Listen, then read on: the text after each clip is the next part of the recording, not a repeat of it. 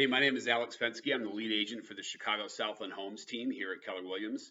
And I wanted to talk to you a little bit about what we're building and the path that we're on and what opportunities that presents for the people that are going there with us.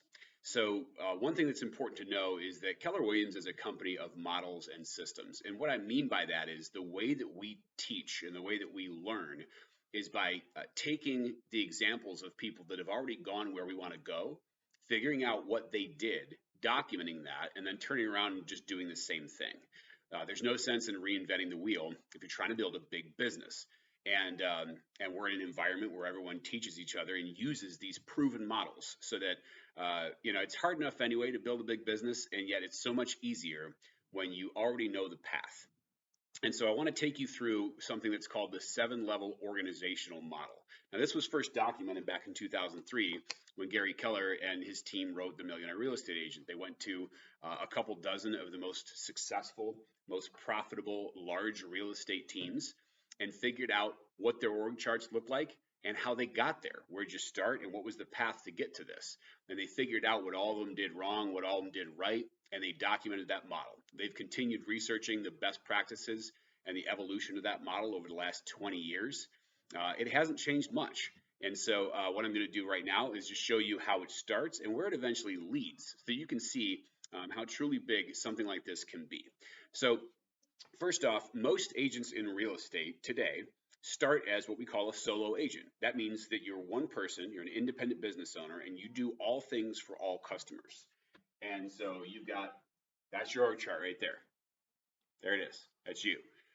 It's kind of weird because there's not many businesses like that. If you think about a restaurant, what restaurant opens up and it's the owner, and the owner, seats you, greets you and seats you, takes your order, gives you your water, cooks the food, brings it out to you, cleans the restaurant after. I've never seen that. And so this is just sort of a little bit of a unique business model, and it comes with a lot of challenges. There's a lot of different tasks that someone needs to do in order to be that person. And there's a wide variety of tasks. Some of them are sales activities. Some of them are paperwork and administrative sort of activities that require attention to detail. People usually aren't good at both of those things. They're on the opposite ends of a spectrum. And so sometimes someone will actually get to the point where they're really doing really well at all that, despite there being so many different things to do. And you get to a point where you go, hey, I only have so many hours in a day, and I can't grow any further without introducing some more people to the business. And at that point, the level 2 of this is where you have the lead agent, and then you have an executive assistant or an operations manager that you hire, who then begins doing all the non-sales activities for the business. And that frees up this agent to begin doing more sales activities and get some time back. And that produces more income, and so everybody wins. That's level 2. So here's 1, here's level 2. Level 3 is where you're going to hire this executive assistant is now going to hire another administrative person, and that is typically going to be a transaction coordinator who specializes in all of the things that need to happen between the time a contract is signed and when a closing happens, because there's even more non-sales work that needs to be done. So now you have the lead agent who's doing all the sales work, and you have 2 people doing all the non-sales work. At that point, and only after then, does it become wise to add other sales activities into the business. And so there, we found that the next couple of best steps at level 4 is you still have these roles, and now you're going to have probably a showing agent who's going to take over doing the showings for all the buyer clients. And then you're going to have an inside salesperson who's going to help to cultivate leads over time until they're ready for the lead agent to work with them. All right, so this is level 4. And one of these may come before the other, and yet that's the next step of growth.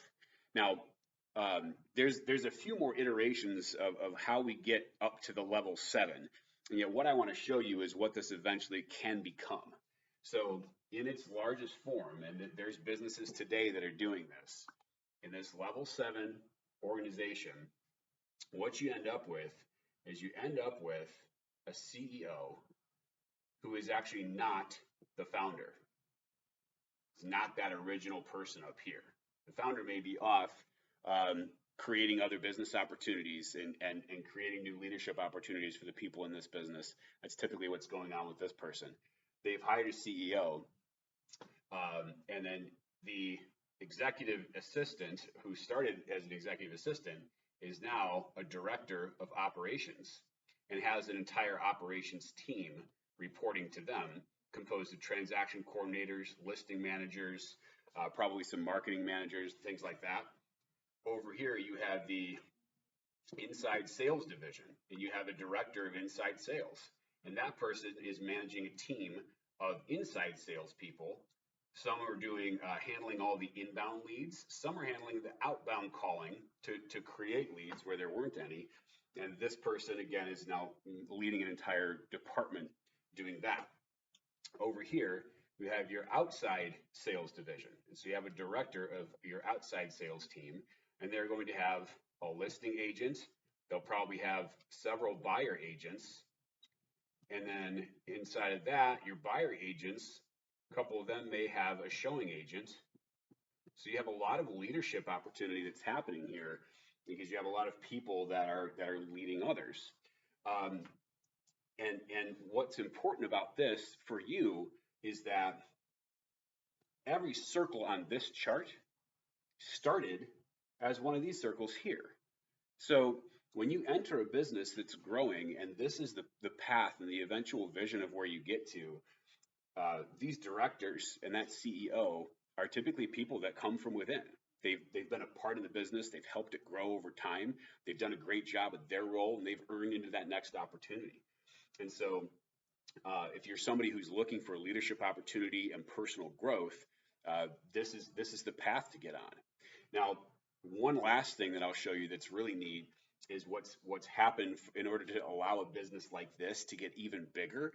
And that is, we found out over time, this has developed over the last 15 years or so, we found out over time that this whole section of the business, these two departments, can function at their existing location and do their jobs from other places.